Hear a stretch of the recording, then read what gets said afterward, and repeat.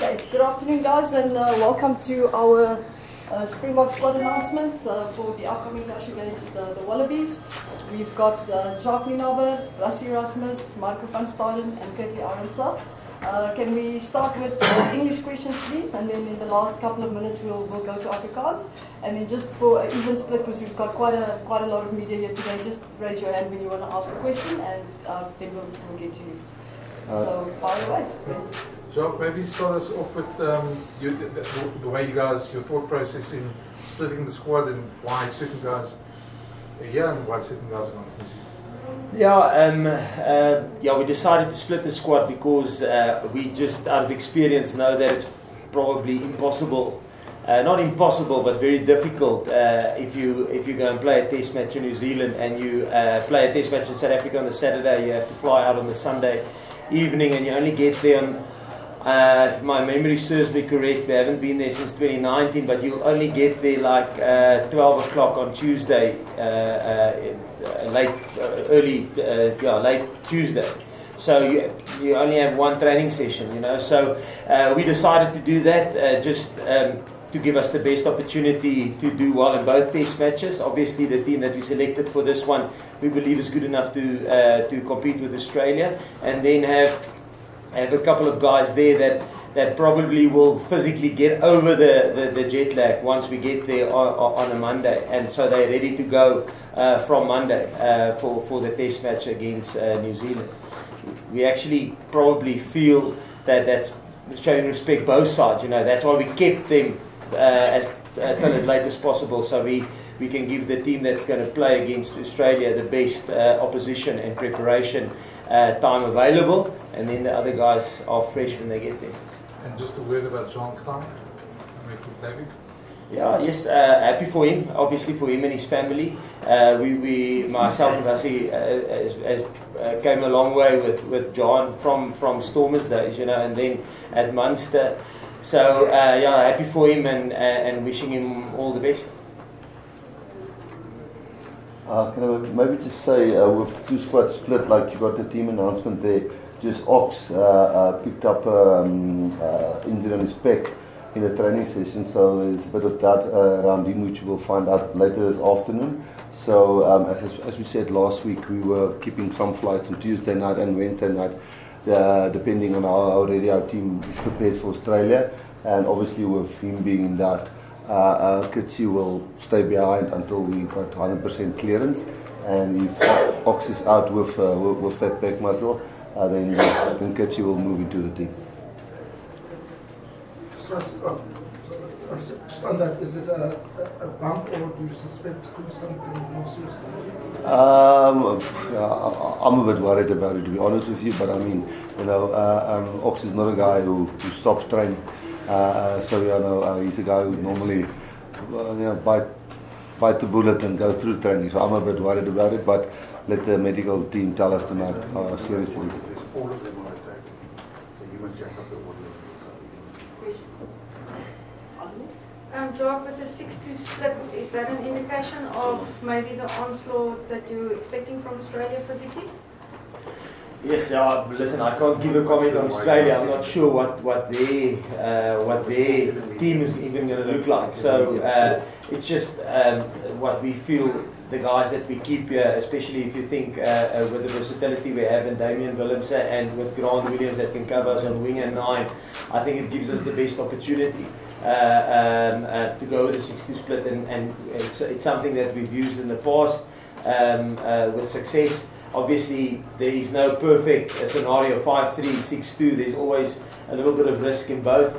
But for us, we feel with the cover that we have on the bench in those two players gives us the luxury of going with a 6-2 split.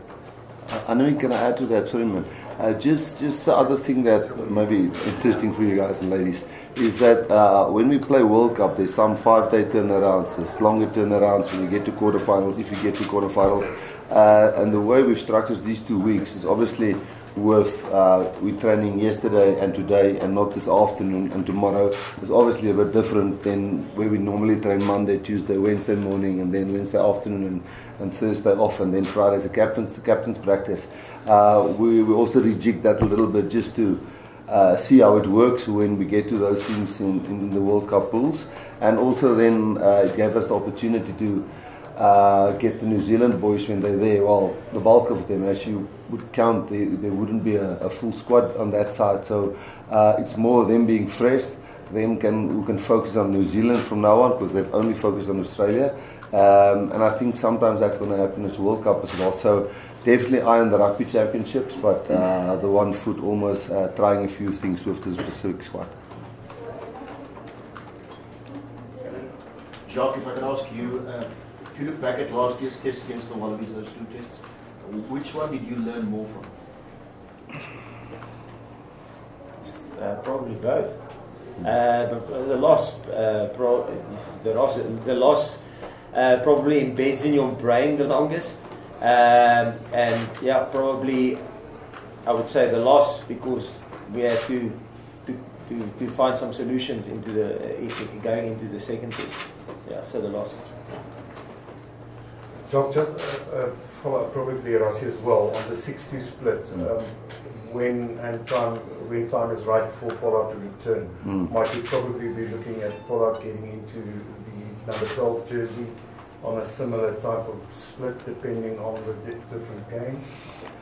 Well, definitely. I think I know we've used Andre many times when he moved in a game 12, which worked really well. But he's far away from being ready now. We're talking end of rugby, definitely after Rugby Championships. But Damien Willems is obviously somebody that can cover that 10, 12, 15 for you have to.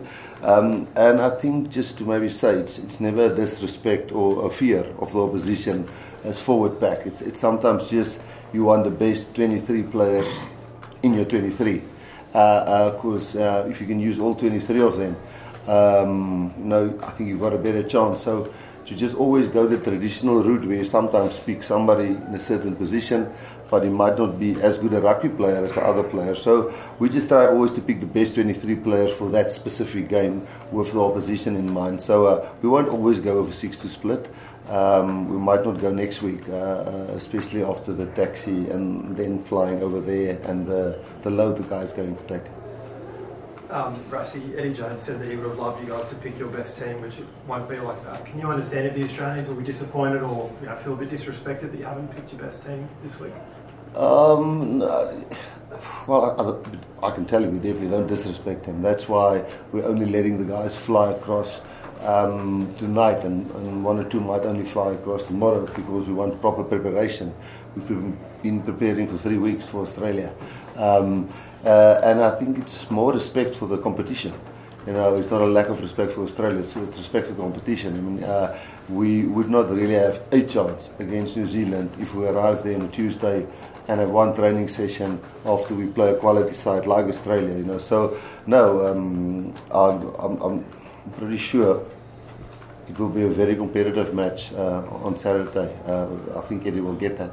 Australia are in the same boat. They've got to go back to Australia and play Argentina next week. Are you surprised they brought their best team over here? I can't talk for them, but I do know they've got 2 home games in Australia, where we don't. We fly to New Zealand and fly back here. They go home and stay home for 2 weeks, so it's a bit of a difference. Jacques, second start in a row for Marnie. You guys looking forward to seeing how he does again, and just a word on pairing him up with Quibus there as the halfback pair. Looking forward to give Marnie a little bit of a go and start him again. Obviously, he was good last time out, and it will be interesting. I think that combination will be quite exciting between Marnie and Quibus. Yeah. And sorry, just one more on. You've got Dwayne and Lukhanyo both starting. Must have been tough to pick between them. Who's going to be captain? What sort of made you switch towards Dwayne rather than Lukhanyo? I think in terms of captaincy, it's actually, I wouldn't say it's a tough decision. We know Sia's our captain, and we will have some interim captains leading up to the World Cup. And we are fortunate that we have a lot of good captains within the side. Dwayne is one who's captained the South Africa before. Even there's multiple. I mean, Fukatsi at this franchise level, there's multiple good leaders here. So I won't say it's a tough decision. We're happy with Dwayne and the leadership that he gives, and we know him, and he's a cool, calm head, lots of experience. So yeah, no, it's not a difficult decision for us, captaincy.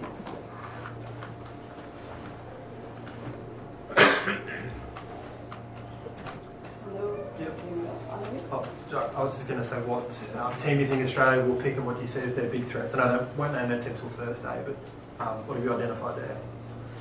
Yeah, listen, I think if we go into, we think I'll only speculate, but obviously they've got a quality squad here, and we expect a very good team, whoever they select, but we will just purely speculate in terms of who they will select.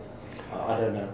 I think that's just to answer your previous question. That's why it's so difficult to prepare for Australia. It's Eddie with all the new coaching staff that he brought in. It's players that he hasn't worked with for a while. You know, we don't even know how long they've been in camp. You can't analyse the previous games that they played for Australia, and you can't go and look at how Eddie coached at England because he's got different players. So we're actually respecting him. I mean, a guy like, I think it's his 11th game, but his first start. I think it's Mani's first official start. So, and I think that's what we want to learn. And again, to get back to the respect side of things, if we see the players who are starting in this game making it against Australia, it gives us good answers what we can do in a World Cup against big teams. Jacques, I know that it's out of your control because of COVID and a lot of things, but how weird is it that the Boks are only playing Australia at home for the first time since 2019? Yeah, no, it is quite weird. I mean, we've been there for 2021 and 2022, so it's nice to have them here with us again, and likely going to New Zealand. You know, it's the first time that we will play in New Zealand since 2019. So it's weird that you have a whole stint as a head coach, and you're only going to play one test match in New Zealand. It doesn't normally happen like that. But yeah, like you rightly say, it's COVID, and just happy it's back to normal. It's nice to have Australia here. It's nice to play them here, and it's going to be awesome for us to play New Zealand again. There's always a lack of vibe. And has the absence of Super Rugby, for again reasons that are beyond your guys' control, made preparing for these games slightly more different and difficult? Because watching guys in terms of analysing them and actually playing against them week in, week out are two totally different things. Yeah, I think obviously we keep a close eye on the Super Rugby, but I would say the difference is probably just the fact that in the URC sometimes the weather conditions is a little bit different. Especially if you go and play on a windy, wet day in Connacht. I mean, you can't play the same type of style that they play in Super Rugby. So I would probably say it's fair to say that Super Rugby is probably a little bit quicker sometimes or more regularly. But on the back end of that, you might have a nice dry day on a 4G pitch in the URC where the game is just as quick. So I think that's probably the difference, I would say, between the two competitions. But we're fortunate that we can play in the URC competition and also then compete internationally with the Southern Hemisphere. So you get a little bit of both. Jock, what's the plan with Eben? Is he ready to play in New Zealand? Or how far is he with his recovery? Medically, Eben and Sia, sorry, again, I spoke to the doctor this morning. Eben and Sia is also going with on that side. Sia obviously not playing, but with the three management members going across as a conditioning coach, physio, and a manager, we can give a good treatment, one-on-one treatment with Sia, knowing when his target is, and obviously his captaincy whilst working with the guys on that side is hell of important. And Eben will definitely be in the mix for that game. He'll be ready to play there.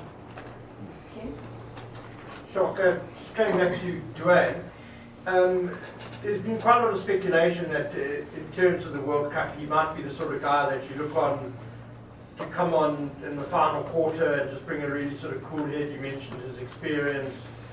and all of that. Obviously, starting this weekend, though, how much of that was because of your hand being forced a bit with the captaincy, or do you still see Dwayne as being, you know, he can fulfill other roles? He can start for you and play for an hour, or come on at the back end of the game? No, definitely. I think definitely both roles, and we will never. Yeah, like I mentioned, the captaincy is not a difficult thing for us.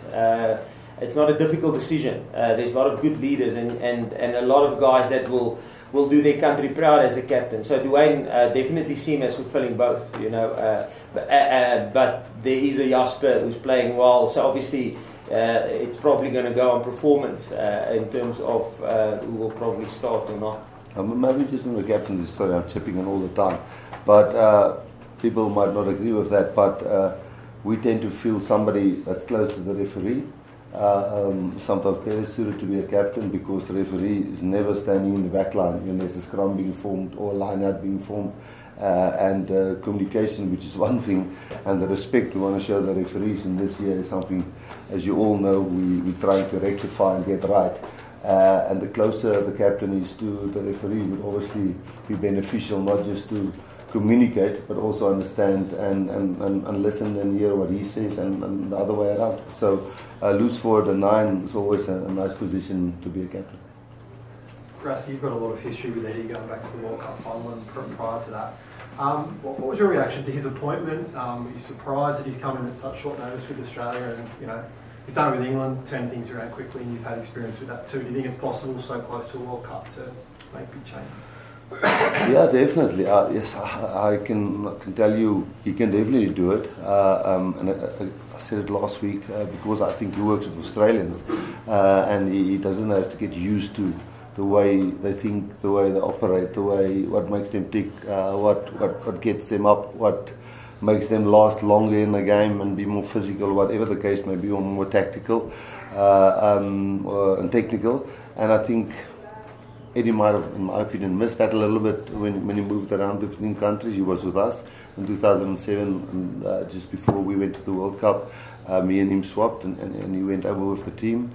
I was about 2 or 3 days working with him, and then we've coached against him many a times. You know, I think Eddie has come from losing with a Queensland team, I think 100 something against the Bulls, but turned things around and won big titles and beat with Japan the Springboks. You know, so he can turn things around, and especially with a country which is his country. You know, so I think he can definitely do it.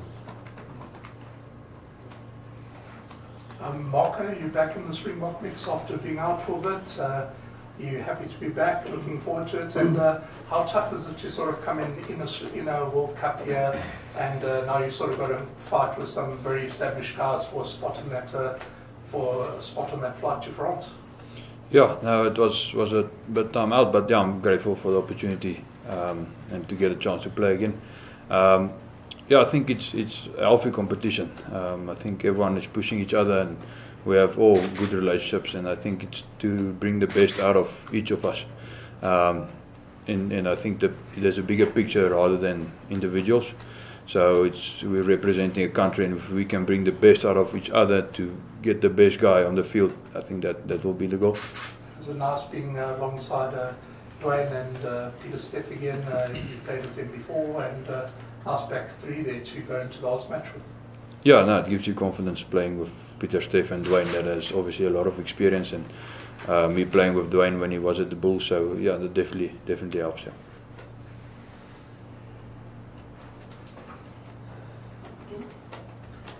Marco, as an open side flanker, are Australia the toughest guys for you to play against? They always seem to put a lot of emphasis on a lot of effort. They go hard at the breakdown, and they've got some really good practitioners there. Yeah, so they are obviously good poachers, and it's a focus point of them to put our breakdowns under pressure. So yeah, it is obviously a threat, but yeah, I think each team these days have good players that can poach on the ground. So I don't think you focus on it one game and don't focus on the next. I think every team wants to slow that part down, because you have over 100 breakdowns a game, and where you only have maybe 8 scrums and a few lineouts. So I think it's a big part of the game, and I think it became a big focus for all teams. Marco, Loftus will be back on Saturday. A nice home game for you. Yeah, it's definitely home, and yeah, some of us haven't seen Loftus packed or played in front of a packed Loftus for a long time. Especially franchise level, it doesn't get as full as it can be. So no, I think all of us, me, Kurtley and Woody, being at home, it means a lot, and it's going to be very special. Kurtley, you've got quite a record. I think it's 7 tries and 6 tests. Looking to actually add one there at Loftus. Yeah, no, I must say I'm grateful for another opportunity, and just looking forward to the game and contribute to the team, and yeah, looking forward to it. And just playing at Loftus, starting a test there, what does that mean to you? Yeah, like Marcus said, it's going to be special. Playing in front of the home crowd and representing the country, it's going to be special. Any further English questions? Then we can switch off the call. Okay. Kurtley, so you're going into your 2nd year of international rugby. Just tell us, what were the main things you learned from your 1st year at international level? It was obviously hugely successful for you personally. I must say the first thing I've learned was the coach said if you make a mistake, forget about it and just focus on the next job, and that was one of the big things I've learned, being in the system.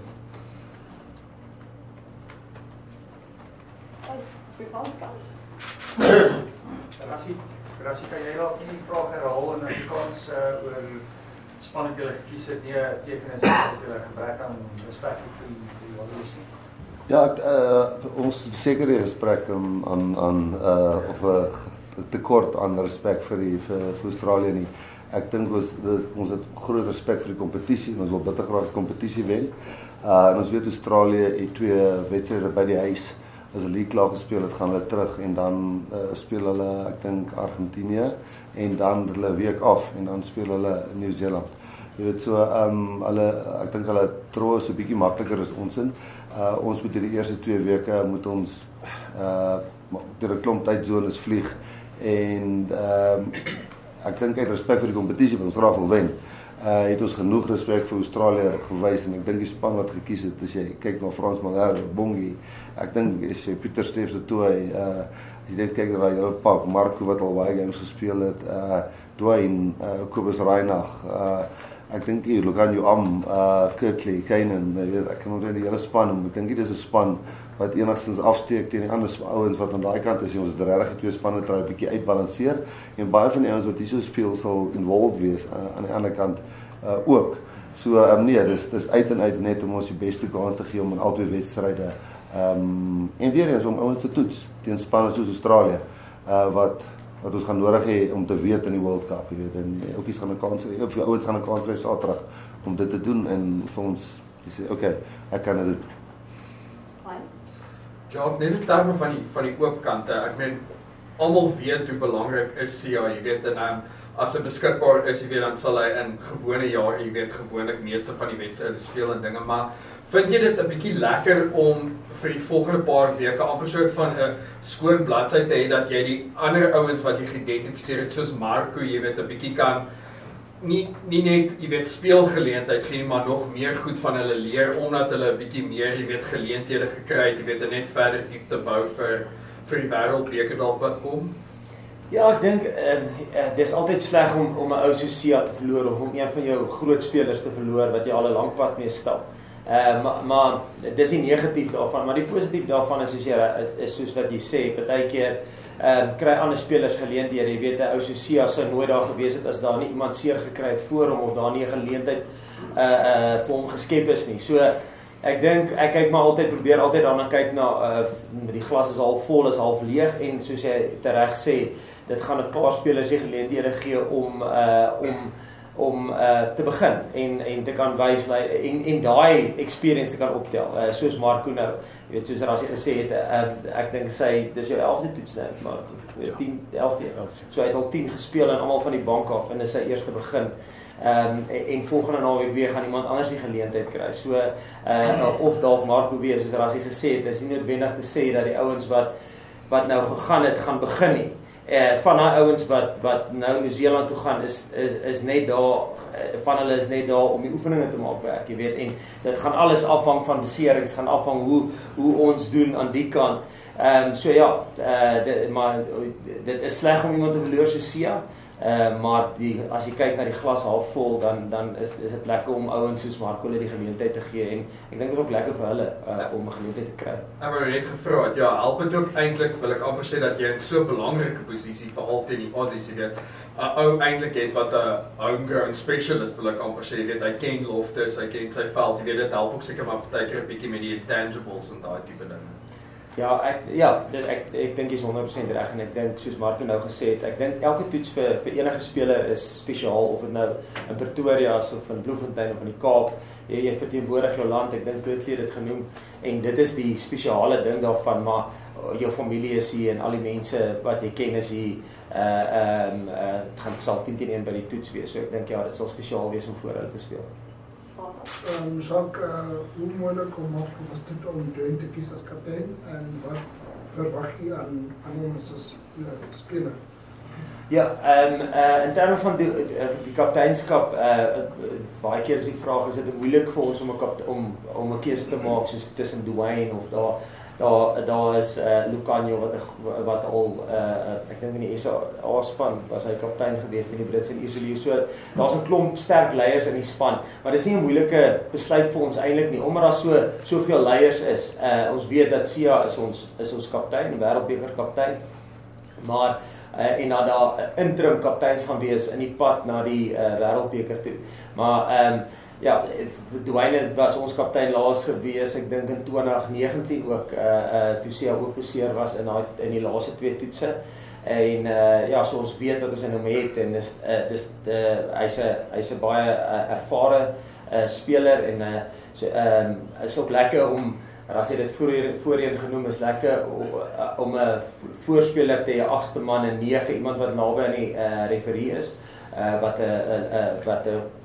ook dialoog met hom kan hê. So dit maak dit bietjie makliker in terme van die posisie. So ja, nee, en wat verwag ons van Dwayne? Dwayne net bring wat Dwayne altyd bring, jy weet, daai harde Dwayne Vermeulen spel. Rassie, hoe bekommerd is jy oor ons seering verder as hierdie game? Ja, ons. Ek dink ons is baie reg met ons. Nee, ons is vir ons vital. Ons het vir ons al baie goeie goed gedoen, en ek moet sê, hy het uitstekend gelyk in die oefeninge. Ek dink hy en Kitsie het mekaar hard gedruk, met Trevor wat albei kante kan speel, Thomas wat albei kante kan speel, Vincent kan albei kante speel.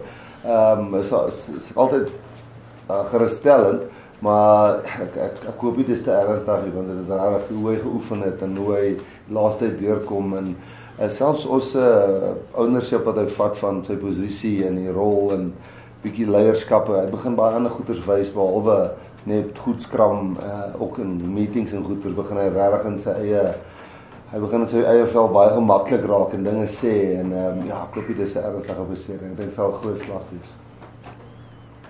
Can we just get the same question as English, please? Just on Ox. On Ox. Okay. Yeah, no, if Ox is a serious one, which I personally got a gut feel it's a serious one, because he's not the kind of guy that will normally not finish a training session. Yeah, if he's out, I personally think it's a big loss. Ox has really come into his own the last year, I would say, and the way he's contributing, not just on the field and in scrums, it's in sessions and taking ownership of being a Springbok and understanding what we're trying to do, and finding solutions and leading in a lot of the departments for us, and really pushing guys like Kitsie really hard. There's other guys who can play both sides, Trevor, Thomas, Vincent can play both sides, but I think if we lose Ox, it will, for a long time, hopefully not a World Cup round. That will be really not nice. But yeah, I hope it's not serious because I think he's a vital player for us currently. Afrikaanse vraag so met Jacques. Gelukkig is dit nie die onder 20 wêreldkampioenskap wat in die Kaap plaasvind wat in Saterdag hier is. Ek praat van die weer.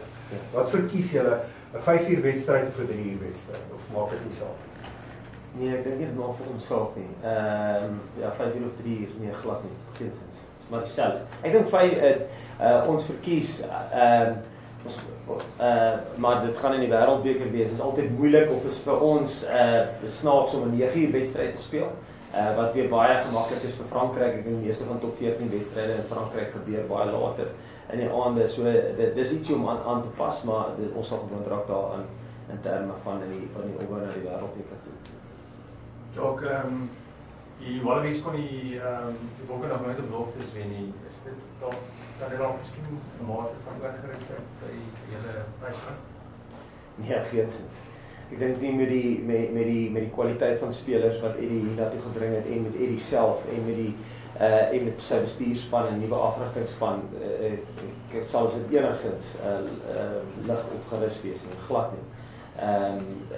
Ons verwag 'n taai stryd teen Australië. That it, guys. We've got one last request for one English question and we'll wrap it up. Rassie, you spoke about it a couple of weeks ago, but Derek Houcott's now out of hospital. You know, he seems to be over the worst. Having a test match here in Pretoria now, does that add a little bit more to it, make it a little bit more special, you know, to see that he's now over the worst and hopefully on his way back to a full recovery and the Boks playing here this weekend? Yeah, we just saw one of our friends of Munster passed away tragically, I think yesterday. When somebody is ill or somebody's lost someone, you know, it's sad. Or also want to say to everybody on the Munster side and on the Irish side, he's actually a Scottish friend of ours that we worked with closely when we were at Munster for him and his family. I know his son is playing for Ireland in the under-20s, and then also we're very happy that a guy like Derek is getting better. As I'm saying, I'm not on top of that. We don't know all the ins and outs, but it's just great news to hear he's getting better, and we're playing at Loftus. I know he was the lifelong of Loftus, so hopefully we can do that for him as well. Okay, guys, we'll wrap it up with Arthur. Rassie, just on those under-20s, I know you touched on it last week. Has it surprised you how things have seemingly quickly changed, not only in senior rugby, but also now senior and junior rugby, with the Northern Hemisphere teams showing? Yeah, I think definitely France and Ireland is doing something fantastic right in their junior rugby. Italy also, I think Italy just lost to Georgia.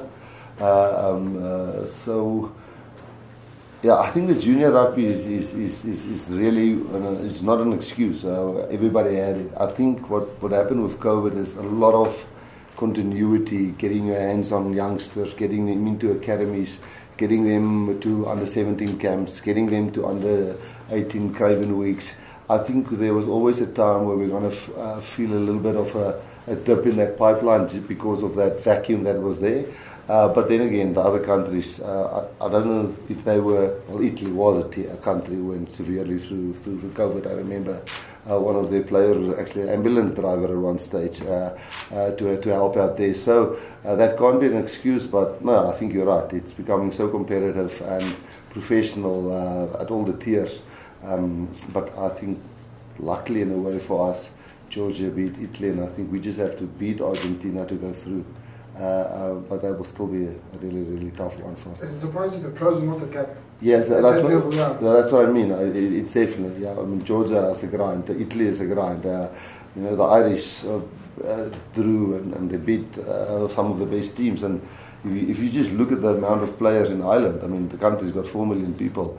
There's not a lot of professional rugby players there. So they're really doing things really well. And it's really competitive. You can't say who's going to win what. Thank you very much, guys. Good afternoon.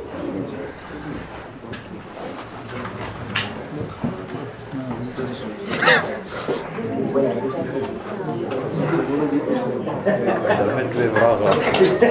Marco, ek het amper gevra, Wolftes kan vol wees, moet jy 'n drop maak.